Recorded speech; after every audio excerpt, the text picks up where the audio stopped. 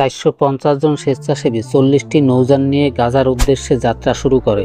আসল উদ্দেশ্য ছিল আন্তর্জাতিক সহানুভূতি জাগানো, ট্রাম্পের শান্তি চুক্তির পক্ষে আরবদের উপর চাপ সৃষ্টি করা আর ট্রাম্পের 20 দফা পরিকল্পনা মাঠ পর্যায়ে কার্যকর করা। পশ্চিমা দেশগুলোর এই কৌশল শুরু হয় 9 সেপ্টেম্বর ইসরায়েল যখন কাতারের উপর হামলা করে।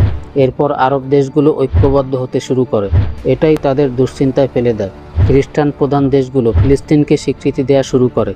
নেতানিয়াহু কাতারের কাছে হামলার জন্য দুঃখ প্রকাশ করে। ট্রাম্প জাতিসংঘে পাকিস্তানের প্রশংসা করে এবং ভারতের বিরুদ্ধে বলেন। মূল উদ্দেশ্য একটাই, ইসরায়েলকে রক্ষা করতে হবে। ফ্লোটিলা সফর ছিল এই কৌশলের একটি অংশ। এই সফরে অধিকাংশ দেশই ছিল খ্রিস্টান প্রধান দেশ। এখন এতগুলো খ্রিস্টান প্রধান দেশ যদি ফিলিস্তিনিদের পাশে দাঁড়াতে পারে, ফিলিস্তিনকে স্বীকৃতি দিতে পারে, তাহলে আরব দেশগুলোর উচিত ইসরায়েলকে স্বীকৃতি দেয়া, ট্রাম্পের চুক্তিতে স্বাক্ষর করা। এই সফরের মূল আকর্ষণ এটাই। ফ্লোটিলা সফরের উদ্দেশ্য যদি হয় গাজাবাসীকে মানবিক সাহায্য করা, তাহলে তারা এই ত্রাণ জাতিসংঘের মাধ্যমে পাঠাতে পারত। এতগুলো নৌযান নিয়ে যাওয়ার দরকার ছিল না।